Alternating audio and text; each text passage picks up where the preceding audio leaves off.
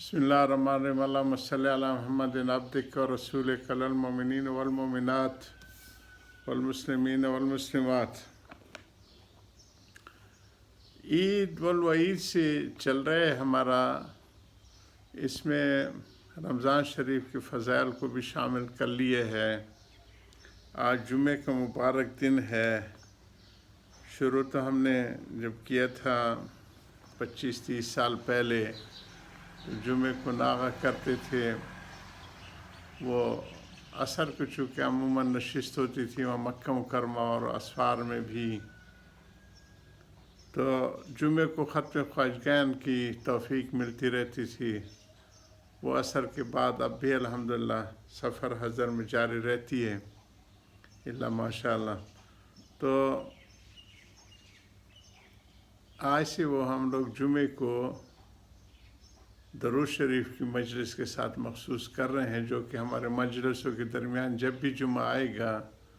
تو انشاءاللہ اس میں فضائل درود ہی کو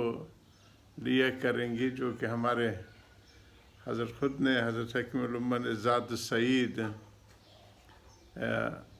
سعادت مندی کا جو ہے نا توشہ یا جو ہے سب مسافر اپنے ساتھ لے کے جاتے ہیں سامان، تو وہ لکھی، اسی سے پھر بزرگوں نے ذات سعید سے مختلف فضائل درود کی لکھی۔ اسی طرح نشر تیب حضور صلی اللہ علیہ وسلم کی، اور حالات میں بھی ان کو درستگی میں بہت بڑا اللہ سبحانہ وتعالیٰ نے، جب کوئی وبا بیماری اور عام طور پہ لوگوں کی پریشانی عمومی آتی ہے تو اس میں درود شریف کو اکابرین نے ہمیشہ اپنے لیے وسیلہ بنایا، ان کو ان بلاؤں سے بچنے کے لیے، ان بلاؤں کو دور کرنے کے لیے۔ اور الحمدللہ ہم بھی کوشش کرتے ہیں کہ اسی طرز کو اپنائے رکھیں۔ جب بندے کا سفر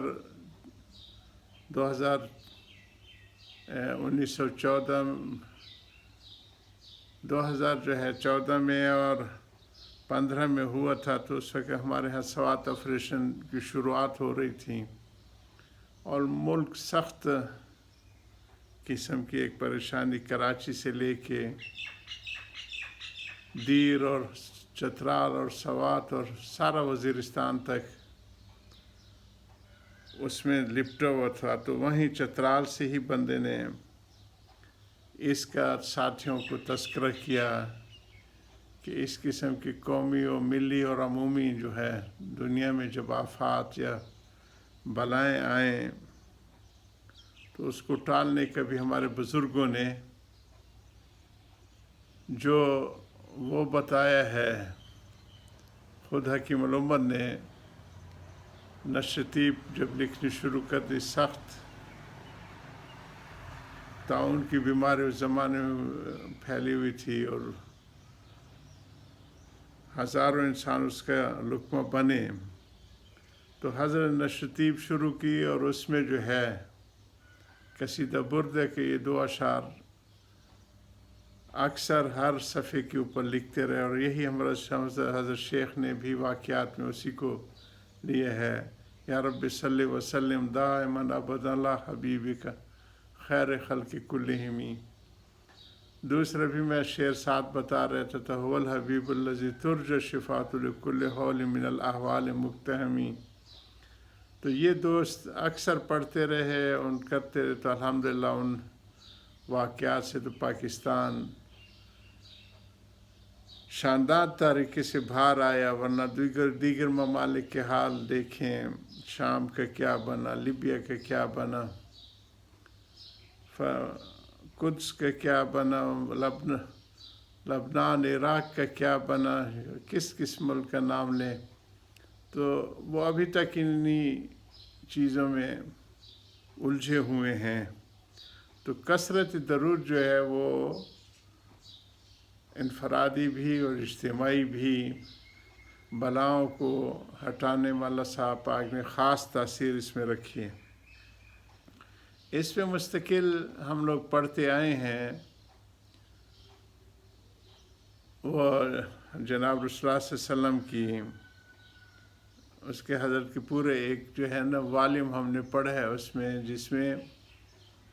حضور صلی اللہ علیہ وسلم کی ذات اقدس اور ان کے تعلق سے بیانات جمع کیے گئے ہیں۔ اس میں حضرت نے حکیم الامت نے بھی اور آج کی اس مجلس میں بھی انشاءاللہ ہم کوشش کرتے ہیں کہ اس کو پورا کریں۔ اس آیت سے شروع کرتے ہیں، اعوذ باللہ من الشیطان الرجیم، ان اللہ ملائکۃ یصلون علی النبی یا ایھا الذین آمنوا صلوا علیہ وسلم تسلیما۔ درود شریف کے فضائل میں سب سے اہم اور سب سے مقدم تو خود حق تعالی شانہ جل جلالہ امن و آلہ کا پاک ارشاد حکم ہے۔ اس کا ترجمہ یہ، بے شک اللہ تعالیٰ اور اس کے فرشتے رحمت بھیجتے ہیں پیغمبر صلی اللہ علیہ وسلم پر، اے ایمان والو تم بھی آپ پر رحمت بھیجا کرو اور خوب سلام بھیجا کرو۔ حضرت حکیم الامت نے اس میں فرمایا کہ اسی کی تشریح میں بھی ان بزرگوں نے فرمایا ہے جی کہ عربی دان حضرات جانتے ہیں کہ آیت شریفہ کے لفظ ان اللہ ملائکۃ یعنی کے ساتھ شروع فرمایا، جو نہایت تاکید پر دلالت کرتا ہے، اور صیغہ مضارع کا ذکر فرمایا جو استمرار اور دوام پر دلالت کرتا ہے کہ مستقبل، جیسے ماضی، حال اور مستقبل کے ہوتے ہیں، تو مستقبل مضارع عربی میں اس کو کہتے ہیں کہ اب سے لے کے جب تک بھی یہ دنیا رہے گی، آتا رہے گا، اس میں بھی استمرار ہے، ہمیشہ جاری رہتا ہے اور دوام پر دلالت کرتا ہے، یعنی قطعی چیز ہے کہ اللہ اور اس کے فرشتے ہمیشہ درود بھیجتے رہتے ہیں نبی صلی اللہ علیہ وسلم پر۔ علامہ سخاوی لکھتے ہیں کہ آیت شریفہ مضارع کی صیغے کے ساتھ جو دلالت کرنے والا ہے، استمرار اور دوام پر دلالت کرتی ہے، اس بات پر کہ اللہ اور اس کے فرشتے ہمیشہ درود بھیجتے رہتے ہیں نبی کریم صلی اللہ علیہ وسلم پر۔ صاحب روح البیان لکھتے ہیں کہ بعض علماء نے لکھا ہے کہ اللہ کے درود بھیجنے کا مطلب حضور صلی اللہ علیہ وسلم کو مقام محمود تک پہنچانا، اور وہ مقام شفاعت ہے، اور ملائکہ درود کا مطلب ان کی دعا کرنا ہے،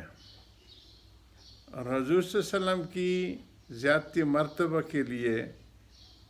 اور حضور کی امت کے لیے استغفار،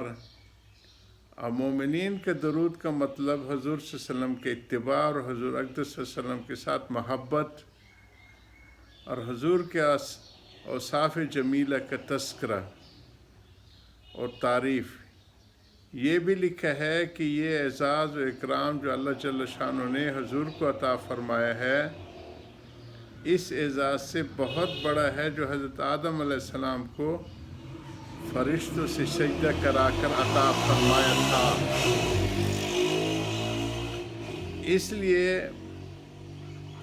کہ حضور صلی اللہ علیہ وسلم کے اس اعزاز و اکرام میں اللہ جل شانہ خود بھی شریک ہیں، بخلاف حضرت آدم علیہ السلام کے اعزاز کہ وہاں صرف فرشتوں کو حکم ہے۔ ہم لوگ اس کے اوپر کئی دفعہ بات کی ہے، وہاں مکہ اور مدینہ میں اکثر اس چیزوں پہ پوچھتے رہتے ہیں، اور یہ بحث کابرین بھی موجود رہی ہے، اور ہم منع بھی کرتے ہیں کہ ان بحثوں میں زیادہ نہ پڑھیں، لیکن ایک چیز تو ہے کہ مکہ کی شان اور مدینہ منورہ کی شان۔ تو مکہ پہ تو اللہ پاک نے گھر بنایا اور بیت المعمور اوپر ہے اور عرش رحمان ہے اور تجلیات کا نزول رہتا ہے، اور 120 رحمتیں ہر وقت نازل ہوتی رہتی ہیں۔ اور مدینہ کی شان یہ کہ اللہ پاک ہر وقت درود کی جو ہے وہ خود اور فرشتے بھی فرماتے رہتے ہیں. اسی کو جاری رکھیں گے. وآخر دعوانا الحمدللہ رب العالمین.